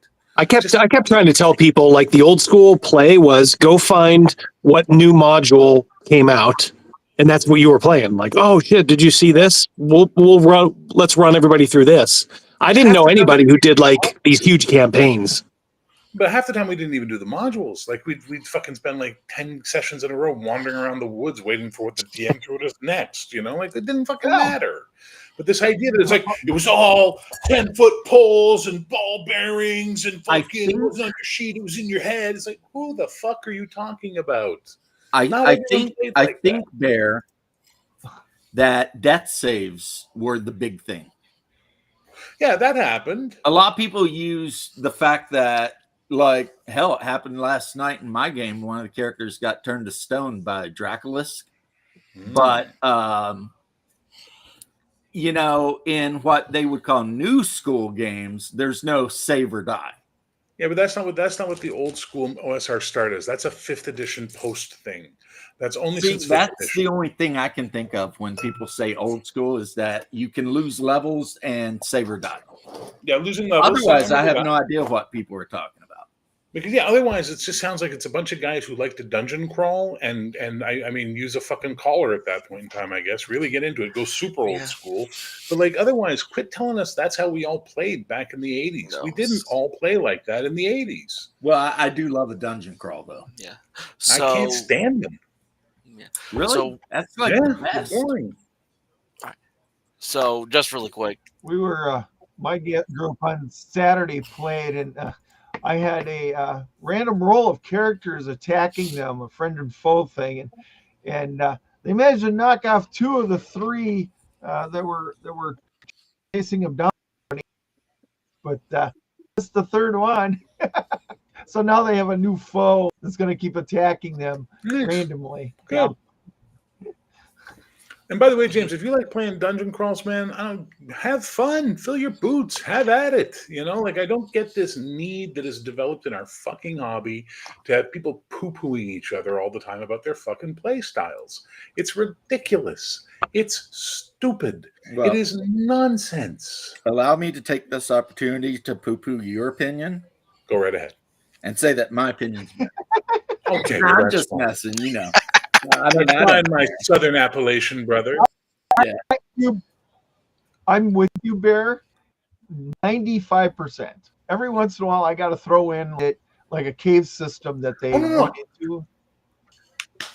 5-room dungeons was the greatest thing that ever happened to me because it allowed me to run dungeons without being Sunless Citadel, right? We all know that the first module they released for 3rd edition, right? Sunless Citadel.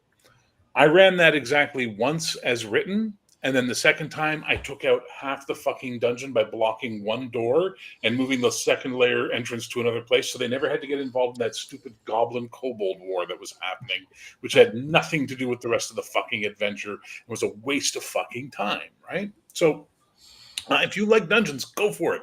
I like 5-room dungeons. They're really good. I can get you in. You can have some of your dungeon experience, and you get the fuck out or you die. That's nice. Right. James has seen what happens when I run a dungeon. I'm not nice about it. Yeah. Well, I mean, I saw the comedy that was your OSC game. Inadvertent comedy. But it wasn't your fault. I'd like to point that out. It wasn't your fault. But it was Bear, one of the most I agree with enjoyable you. lives. Perfect. Yeah. But I mean, listen, some people want to do the fucking Lost Caverns of Sochskank. Okay, have a great time. Yeah. Yeah, Fill your my fucking players boots. finally got to the lower halls, encountered the Dracolisk. One of them got turned to stone. They ran, but they were smart enough to take the statue gnome with them, which is funny. It'd been funny if they just planted her in somebody's garden. But instead, they ran, and now they're saying they don't want to go back. They're just going to go try to find something else to do in the Grand Duchy or Bissell. Hey, James, my characters do that into a dungeon like that. They just then they run out and they're like, "We ain't going back in there." I'm just like, what am I gonna to do? be fair, Lost Caverns is not an easy adventure. I ran them in there and they did the same thing. They ran the hell out.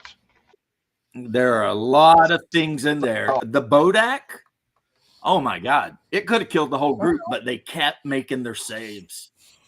But if they hadn't been rolling good on their saves, that thing would have killed half of them before they even knew it was caverns there. have James? Don't the caverns have a saltwater alligators or alligators in it or something like crocodiles? There's a giant crab. Yeah. I remember the giant crab that's near the one walkway, and then there's a magic boat if you can find it. The gnome in question has a broom of flying, which makes a lot of adventures easy for the group because she can always like fly over things and shit. But in this case, she decided to scout out a room by herself and went in and face to face the Dracolisk and rolled a 3 on the save. Turned to stone, and then the rest of the group was standing there waiting for her to come back, and she didn't. So they snuck up and they saw her little statue, so they just grabbed it. I had a player do that. I have players do that. They've walked into they walked thinking, "Oh, I'm gonna go steal that stuff." Oh, they got eaten by an ogre. It was a halfling. He got trapped. It's your damn fault. It ain't mine. I mean, one ogre versus a first level thief. Yeah, that's not a good idea. And the Bar Agara, the freaking demonic orangutans or something.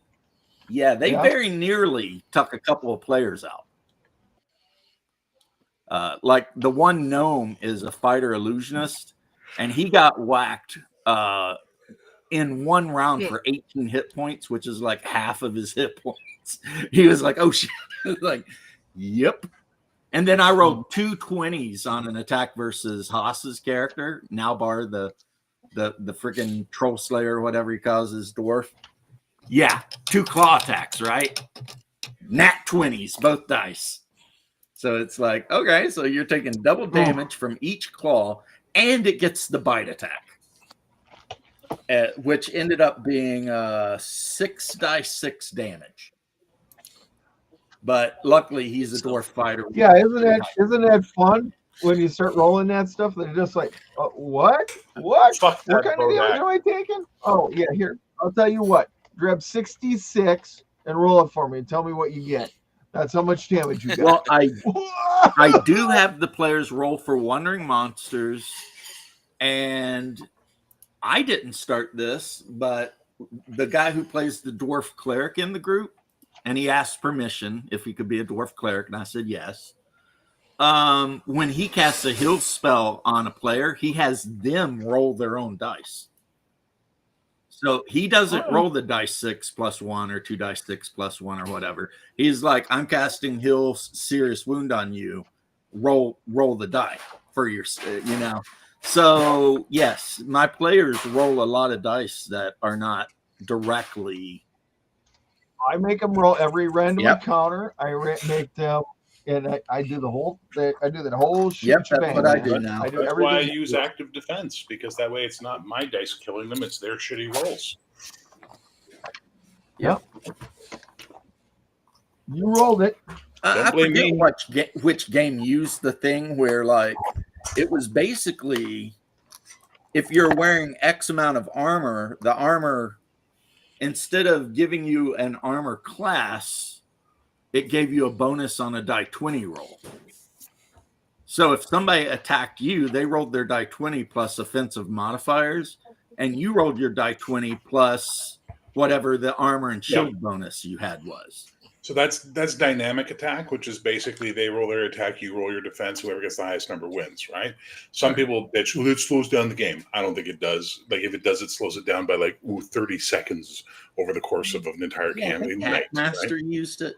Everybody used it, but what I do is I just take the attack of that modifier. So like the goblin has a +7 to hit, add 10 to it. All right, defend versus 17. They roll a d20 plus their AC modifier, and then we know if they got hit or not. It's that simple. So yeah, okay, I get it. So the players rolling to see if they get hit rather than Well, they're willing to get out of the way or defend themselves, which is fine. right. And then at the end of the day, they can't blame my dice if they got fucking killed. Yeah. Their shitty dice, not mine.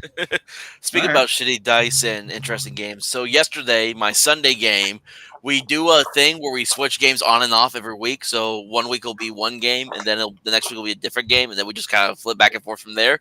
And so it was my game we were running yesterday, and it was my two players and one NPC that was along with them against 6 skeletons at one point.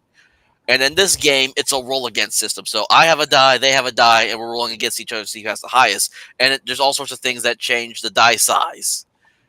And so what happened was, so one of the players, who's a centaur character, goes down after like a couple rounds. The NPC goes down after a couple rounds.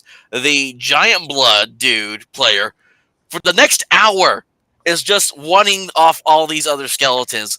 Like took down all but one before that one that was left standing finally finished him off. So If you're wearing X amount of...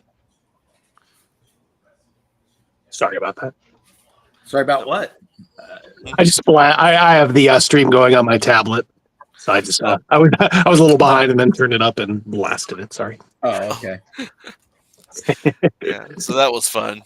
Yeah, if I used to, and I used to have videos where I talked about my severe gamer ADHD issue. However, I think I've gotten over that.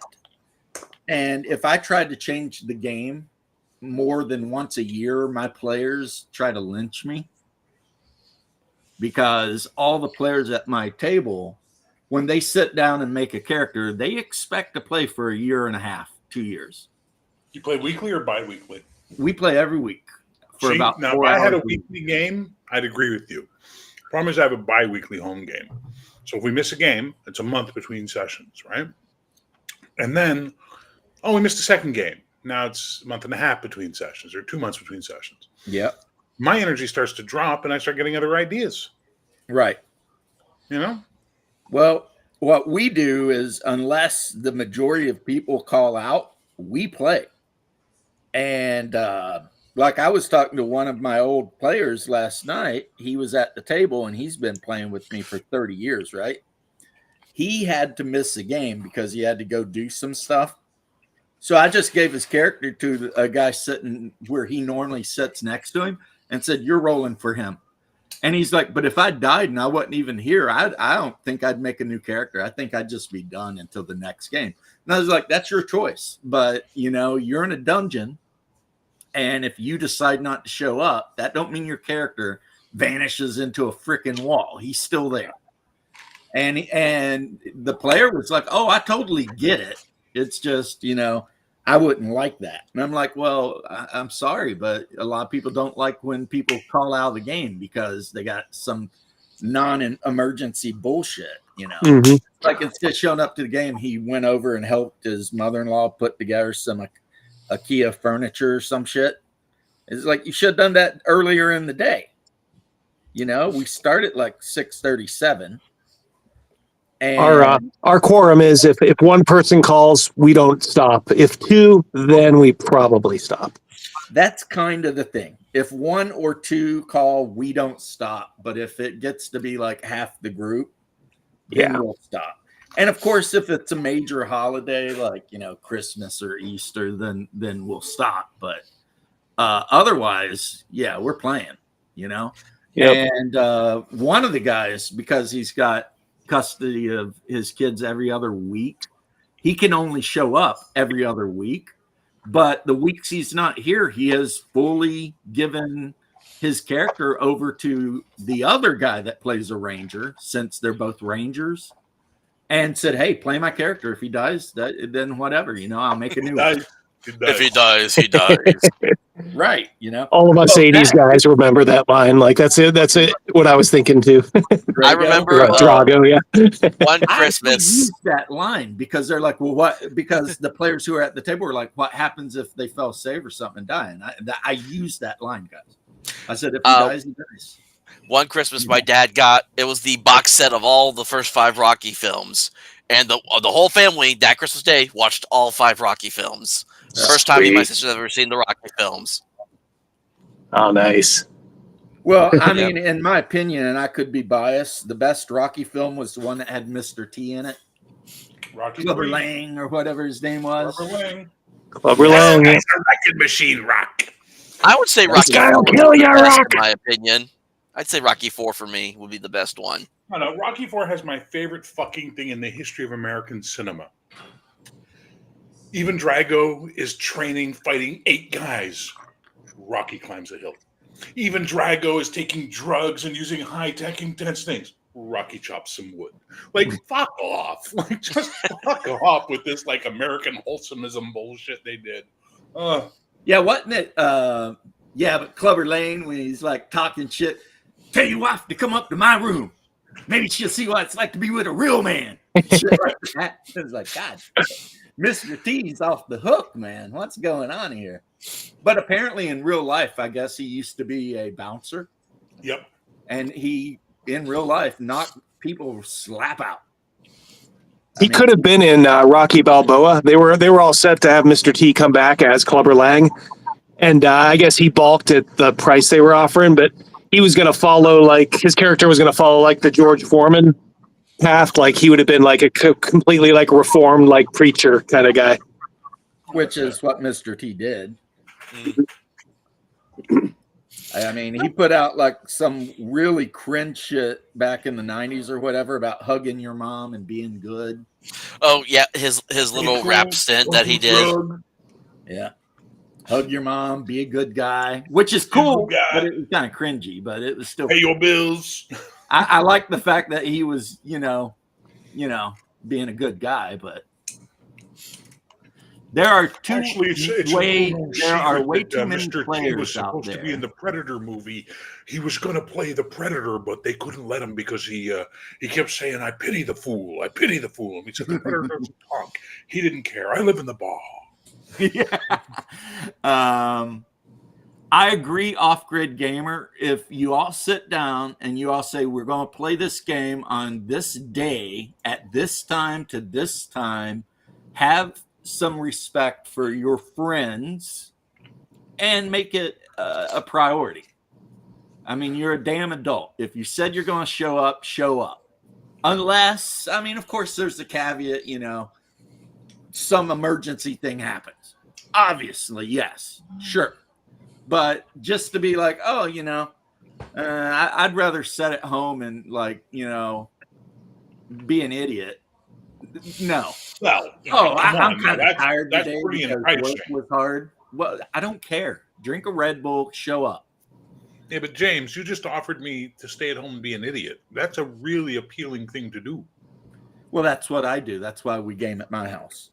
So I can just stay I at home may and be an try to idiot. see about, because I'm so used to playing online, because I started in 2019 when COVID was all going on. That's when I started getting into the hobby, and so all I've known mostly is online play. I've done like a couple one shots in person, but that's it. And I'm actually considering possibly trying to do like a Saturday in-person group if I can get the people to do it. So Well, I mean, depending on where you live, you'll get the people. I mean, there are people that are interested in TTRPGs. Again, it's always the big bad evil scheduling conflicts monster that I have to face constantly. Right. See, I'm lucky because I don't know what it is, but Florida, it's like every other person is a gamer down here. Like, for real. It's not. Maybe because it's so hot outside, everybody's like, F that, I'm staying inside. I could roll down to any one of my local comic shops on a Saturday with pre-written characters and any rule book and fill the table. I mean, that's just how Florida is. I mean, ask Carmine Ginger about it. If she hangs out at the comic shop, she'll tell you. It's so easy, right? But I have the 8 players at my table. I've known a lot of them for a very, very long time. Some of them are new. I haven't known them very long, but you know, they're like friends of friends that showed up and they were a good mesh and just kept showing up. Yeah. I think the other issue I've seen is sometimes the players that you want, they're already in like 5 other games. Like I know for me, I have a Monday game, I have a Thursday game, I have a monthly game I run. Sometimes, yeah, I have a Sunday game I play, which may be 2 Sunday games depending on what's going on. So, yeah. Yeah. I have the once a week game. I wish I had that much time. Right. That's what I'm saying. I've got my once a week game, and then occasionally when I'm not doing honeydews or whatever needs to be done, very occasionally, I will drop onto like Valheim and run around fighting, you know, trolls or some shit for a while. But and then when I'm hanging out with you guys, I do a lot of painting. So I've been touching up these gnomes because the flesh color I used on them made them just a little. Well, I can't show you because my camera ain't working, but I painted up a bunch of gnomes, and I'm working on some orcs. And I also have all of the cast from what we do in the shadows. So I've got Guillermo and Laszlo and Nandor and Nadja and, of course, Colin Robinson, who is the best vampire of all. And I've also got the doll of Nadja. Anyway, if you've never seen the series What We Do in the Shadows, you have no idea what I'm talking about, but it's a comedy about vampires being idiots. Guillermo, I'm going to give you what you've always wanted. Yeah. Well, What's wrong with your camera, Jim? I don't know. It's like it shut off, and then it said it's either being used for something else or it's not plugged in. And what's funny is the light next to the onboard camera is green, which means it's on. I'm being recorded right now by Russian hackers or something. Show them your wing. So, and by that I mean your Wang personal computer from the 1980s. Yeah, I know about that. I'm gonna go ahead and hop off because I'm gonna make me some dinner before my Monday night game tonight. But it's good seeing you gentlemen all again. So just always love coming on, just chatting with y'all. So it's always fun. Be All good. right. See Take y'all, care. Have a America. good day. I legitimately just ate my dinner because I've got my game coming up at 8 as well. So, Yep. yeah. See y'all around. See ya. Yeah, that's why I kind of started a little early today, was so that I wouldn't be like, because I remembered you run a game at 8 tonight. And see me, I don't know. I think I've got leftovers to eat for dinner, and after I get done with this, I'm going to end up. Maybe I'll log on to Valheim and play with my brother-in-law, hippie that he is. James. Yeah. The game I'm running tonight is the fourth session of the campaign. They are still in the same fight that started in the first session. It's a superhero game. I'm starting to refer to this as the Dragon Ball Z campaign. But here's the best part. They're fighting Nazis. Those are some tough-ass Nazis. What's wrong with But that? it's great because they don't feel bad about what they're doing. But for some reason, every time they've had the chance to they had a point where they were just fighting one fucking Nazi. And they almost had her down. And then they fucked up and reinforcements showed up. And now they're fighting 7 Nazis. It's like, fuck. But last game, while most of them were unconscious, one of the players, his character, literally did the fucking Captain America thing of just everybody was beating the tar paper out of him, and he kept making his saves, and he kept staying on his feet, and it was just hilarious. He was just buying time for them to recover. Worked out well. Hopefully tonight will be the final part of the battle. Fingers crossed. Which one of them was it from the Watchmen comics that they said was practically a Nazi? Was that Rorschach or the comedian? Median. The comedian. Yeah, that's weird too, because he was always my favorite based on the flashbacks.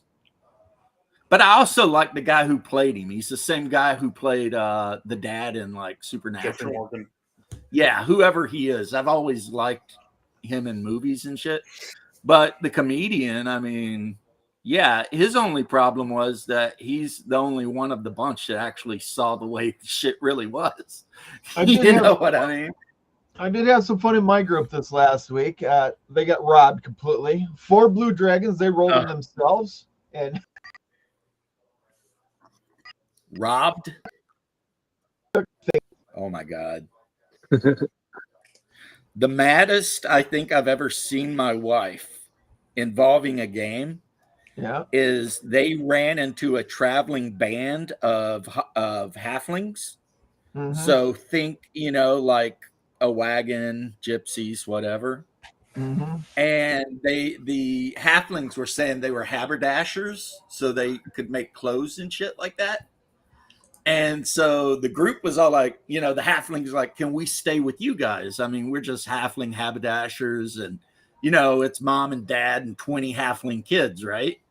And they're like, sure. Well, they wake up the next morning and these halflings are gone, and they had stole basically everything not nailed down. And my wife's character was like, I am going to hunt down every one of these things I find and kill it. And I'm like, so you're going to genocide every halfling because you got robbed? And she's like, yep. Good for her. Hey, James, that doesn't. Yeah. I did the leprechaun trick where they rolled it. They rolled it. They rolled the leprechaun village. You know how hard that is?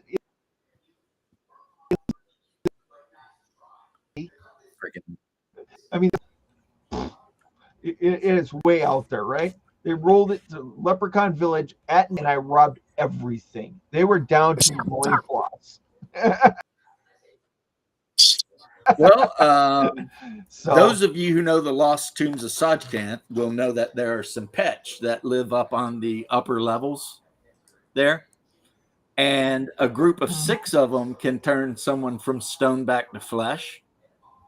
And they agreed to do it, but they made the party pay them 1,000 platinum coins. Ooh, nice. Yeah. They told the party they needed the platinum to pay off the Zorn that live in the area because Zorn loved precious metals and gemstones.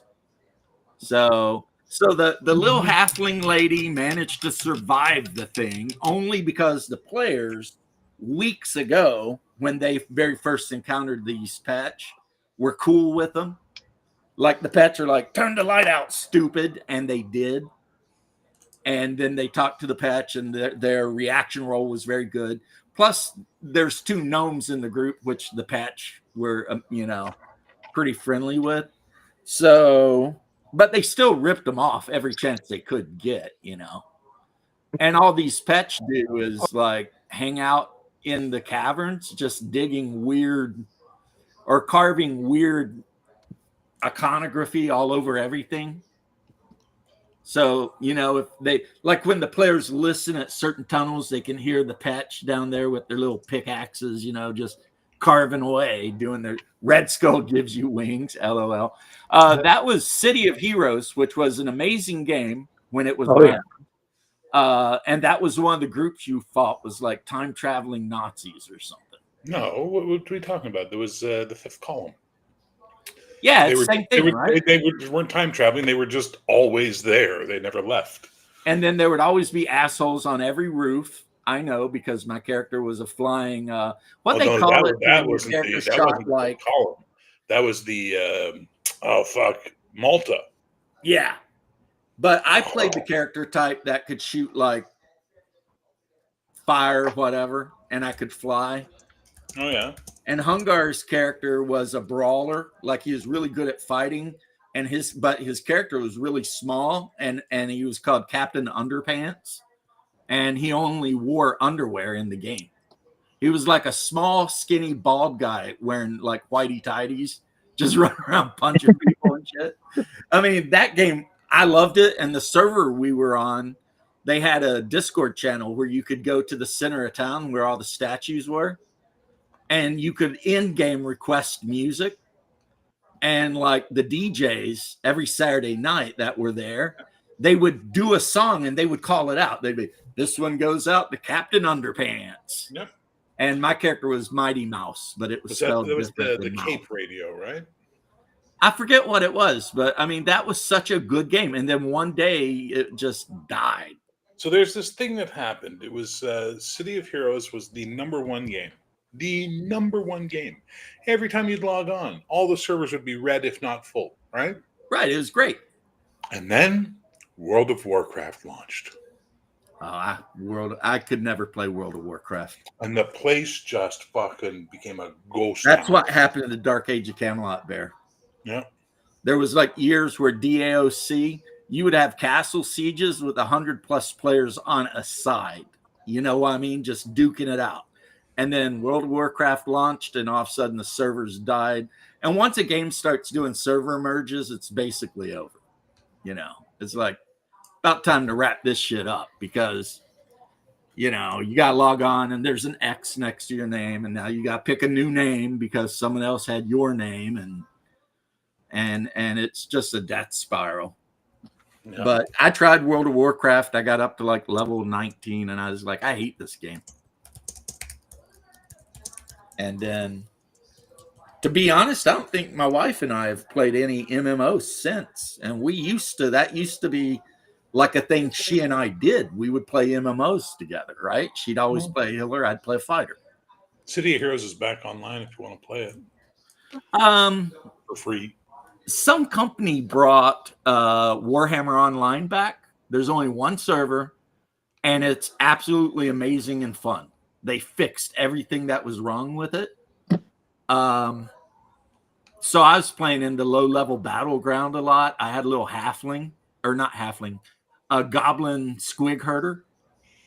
So you run around with like your squig and your short bow, just like sniping people and shit. I think my character's name was Grundle Puncher or some shit like that. But yeah. Because the actual game that EA Mythic put out for Warhammer Online sucked. It was the worst. Meat's on the table, supper time. You have a good one, Off Grid. And stay safe up there in Canadaville. because he's from the north. He's from the Canada. Nothing wrong with being from the Canada. Yeah, I forget. It's like there's that one song, "Baby No Money," I guess, is from Canada. And he's like, "I'm from the north. I'm from the Canada," and all that shit. I don't who the know. fuck that is, but It's a meme song, you know. When I popped off, then your girl wanted to give me a bit of, you know.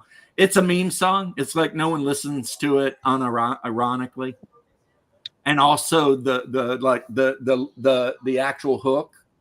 Those are coming out really good, Double D. The actual thank you. hook used to be used in a lot of memes. Like you'd see a guy skateboarding, and then he'd like crash into a tree, and that hook from that song would kick off, you know, because yeah, it's a meme song.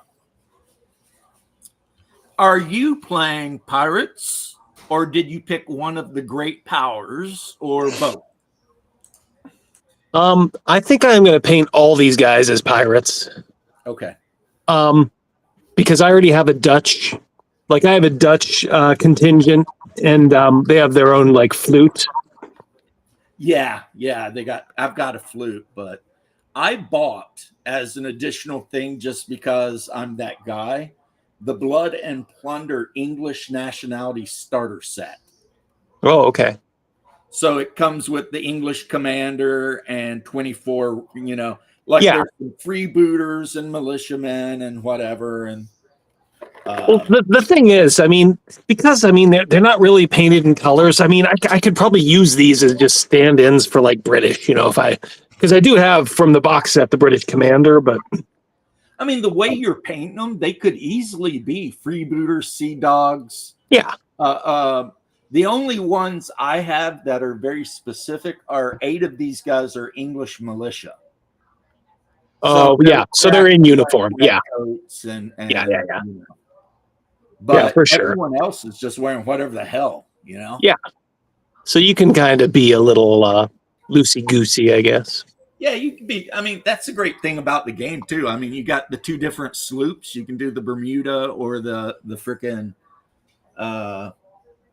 whatever the other one is. John B. Can you do the sloop John B? The Balandra. Oh, I want the sloop John B. And the difference is speed and some of the weapons. Right. But they're pretty cheap.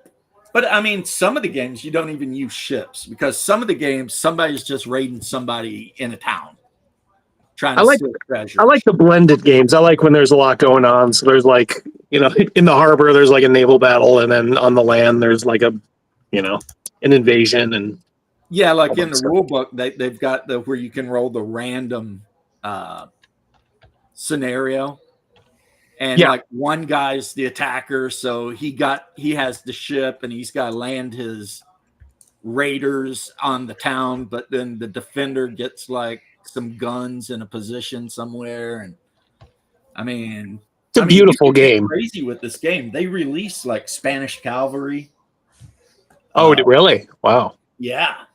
So I mean, but a galleon. The fact that they're going to send you a galleon, that is awesome because those things, they're beautiful. But I didn't buy one at all because just you know, I did buy a 6-rate frigate though. Those are almost as good, right? I mean, it's a straight up warship, a little bit more maneuverable, and it's got like 12 medium guns to a side. Okay. So, yeah, so not as good, but good, you know. Yeah, well, they are when they approached me, they're like, hey, you know, we could pay you, you know, if you just, you know, promote the Kickstarter. They're like, now they said if you wanted to do product, we could really hook you up. So I said, you know, I know how much cash means to those kind of companies. So I'm like, you know what? I'm like, if you can give me a frigate, or I'm sorry, if you give me a galleon, we'll be good. And they're like, absolutely. So, I mean, they probably made out, but, you know, I had no problem, you know, helping them out because I like the company. I mean, they're good people. If the guys are cool and they're going to send you basically the flagship of their whole line. Yeah. And it's like a $450 value. I mean, you know, shipped and everything. So. Yeah, hard for me to complain about that. And the resin and everything to make that thing is probably actually quite a bit. Yeah. Their profit margins are probably pretty thin. Yeah, on some of that stuff for sure. Yeah, For sure. on a lot of that stuff. Because I mean, I know that for a fact, being well, you're a 3D printer too, that if you're using good resin that's not just going to snap like glass every time you look at it, Mhm. It's not cheap. Yeah. You know, Yeah, for sure. And that's before you think about the machine, which I did recently upgrade to a Saturn IV Ultra, Oh, nice. but I sold all my other machines. Hey, Doc. So, and I sold them pretty cheap. Yeah, I haven't 3D printer in a while either, so I got to get that going. You got what? I said I haven't got mine 3D printer going in a while myself. I'm gonna have to figure something out with that thing. So I use mine, and even though my camera doesn't work, so I can't show you right now, but I have mostly been printing up terrain, like freaking stalagmites, stalactites, like little dungeon walls. Because how I do is I do the Professor Dungeon Master thing where I mark corners and stuff, but I don't try to build the whole room or anything. Yeah. And then I put whatever's in the room where it is, and then the players can fill in the blanks in their imagination, you know. Mm-hmm. So, I mean, I've already got thousands of miniatures. For games I'll probably rarely ever play. Like I've got tons of Call of Cthulhu stuff, and we only ever play that about 6 times a year. Plus, I 3D print all of the stuff that come, like the Mansions of Madness box set has a lot of tokens. I 3D print all the tokens. So instead of a little paper token with like a magnifying glass on it, I've got like a shit ton of magnifying glasses. My wife is in a board game group, and there's some really hardcore people in there, and they 3D print all that shit, like box organizers and all that kind of stuff. Oh, well, and you got to 3D print all the shit for your Settlers of Catan stuff. I mean, come on. Right. What are you even thinking, right? I mean, which means because you're probably printing in Battleship Gray, you got to paint it all. But then when you put your Settlers of Catan tiles out and put the little number discs on them, and it's all painted up, so the mountains and the sheep fields and shit looks badass, you know? Mm-hmm. I mean, Settlers is a game we love a lot. We love Carcassonne a lot. Splendor, absolutely love Splendor. Stone Age. My wife is more of a board gamer than she is a role player. She likes role playing, and her very favorite game of all time is Die 20 Modern. But what she really loves is board games. And Mansions of Madness, second edition, is basically a board game role playing hybrid, except the one running the game is the computer. Oh, okay. Yeah, it's one of those where like you pick the scenario you want to play, and it'll tell you which tiles to put down. And then depending on what character you pick to play, it'll tell you what equipment you start with. And then you play the game, and as you open a door and walk into it, like say I tell the computer my character's opening this door, then the computer will say this room is beyond, it'll describe it. And then if there's any monsters there, it'll tell me where they are. And then monsters, of course, it'll tell you what they do. Like it moves to the closest character, or it moves to the character with the highest lore, or and attacks it. And then, of course, wait, which game is this, James? Mansions of Madness. Yeah, you know what? I think we have that. In fact, it's been so long. It's probably been about 6 or 7 years since we played it. But yeah, we did do that one. That's why it started to sound familiar. I'm like, oh yeah, there's like an app or something you have to download. There's an app you download to play it, and then and since my wife is really educated and a very good reader, she gets to read the stuff, you know, because I barely speak English, and I've painted up all of the miniatures from the game, plus printed out other ones, and it's like a big thing. There's like some of the adventures take like an hour to play, but there's Okay. a few of them that take like 6 hours. And they tell you point blank, if you play this adventure, it's like 300 plus minutes or some shit. Like, but we played one of them and we were running around Dunwich and we were going in and out of buildings and running down to the dock and across the beach and getting attacked by deep ones and mutant hybrid deep ones, and mobs were chasing us all over the place. And you know, it was basically Shadow over Innsmouth, but starring us getting chased around by, you know, oh, look at that. That is nice. That is beautiful, man. Thank you. Beautiful. I showed off mine a while back. I've got in my corner over there, I've got 2 sloops, a flute, a brig, a frigate, and a carrack. You guys play with all And the those. carrack is like the Santa Maria. It's a Spanish ship, but that is very, very nice. You guys Love it. play with all Got the those big old flag at the end. Yeah. The thing I'm most proud of myself for is these guns here. Yeah. They're magnetic. I busted off like far too many of them. Like, Yeah. just moving it around. I'm like, shit. Now I got to reglue it. And then I said, why don't I just magnetize these MFers? So now, Nick, boom. did you say you were leaving? No, I was waving to Cody. Oh yeah. Well, there's Cody hanging out in Tennessee. You guys are playing with all those But, big ships, and I got a game with Wesley, David Wesley and crew, and we're using these 1.5 long little tiny ships, and we're having these epic sea battles. Well, I think I showed them off. Not that I can again, because you know I'll keep bitching about that. But I've got a bunch of 1/800 scale World War II fleets. American 1/800 scale World War II for all your World War II needs. Well, And I usually don't even like World War II, but playing some of the carrier battles are on like a big table is pretty fun. You know, Screw you guys. That was funny. that was fun. You guys suck. And of course, you learned that like while it might be fun to play the Shinehurst or the Bismarck, at the end of the day, carriers win.